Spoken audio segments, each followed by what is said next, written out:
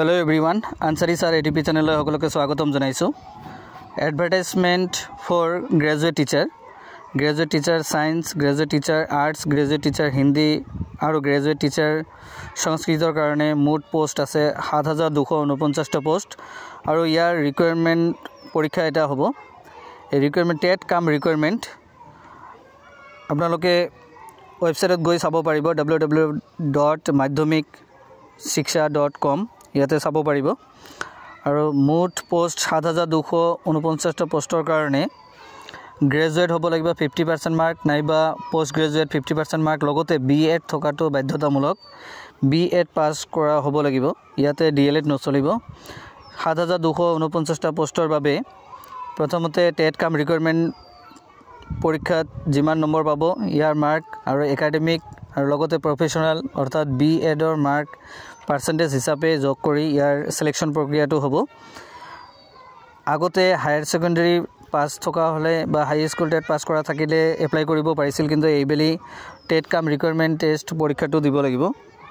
আৰু টেট কাম ৰিকোয়াৰমেন্ট পৰীক্ষাটোৰ কাৰণে মুঠ নম্বৰ থাকিব 140 নম্বৰৰ ভিতৰত পৰীক্ষাটো হ'ব এই পৰীক্ষাত যিসকলে হাইয়েষ্ট নম্বৰ পাব আৰু লগতে একাডেমিক আৰু প্ৰফেশনাল ডিগ্ৰীৰ মাৰ্ক থাকিব সেই মাৰ্ক হিচাপে এপ্লাই কৰিব পাৰিব আৰু লগতে আপাৰ প্ৰাইমেৰী টেটৰ কাৰণে পোষ্ট আহি গৈছে আপাৰ প্ৰাইমেৰী টেট যিসকল টেট ক্যান্ডিডেটে পাস কৰি থৈছে সেইসকলৰ কাৰণে 1750 টা পোষ্ট আছে এই পোষ্টৰ কাৰণে যিসকল ক্যান্ডিডেট সি টেট নাইবা আসাম টেট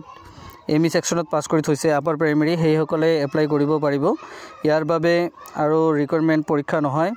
ইয়াৰ মুঠতে পোষ্ট হল 1750 টা পোষ্ট এই পোষ্টৰ কাৰণে যিসকল ক্যান্ডিডেট সি টেটত মাৰ্ক এলিজিবল হৈছে আৰু লগতে আসাম টেট পাস কৰিছে সেইসকল ক্যান্ডিডেট এপ্লাই কৰিব পাৰিব আৰু ইয়াতে ডিএলএড নাইবা বিএড থাকিলে এপ্লাই কৰিব পাৰিব ইয়াৰ মুঠ পোষ্ট আৰু ক্যাটাগৰী ওয়াইজ মিডিয়াম ওয়াইজ পৰৱৰ্তী সময়ৰ ভিডিঅত দাঙি ধৰা হ'ব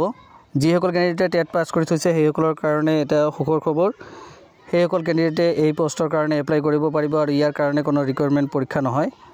যদি ভিডিঅটো ভাল লাগে যিমান পাৰে শেয়াৰ কৰিব আৰু লাইক কৰিব পৰৱৰ্তী ভিডিঅ পোৱাৰ কাৰণে আৰু পৰৱৰ্তী ভিডিঅ নেক্সট কাইলৈ দিয়া হ'ব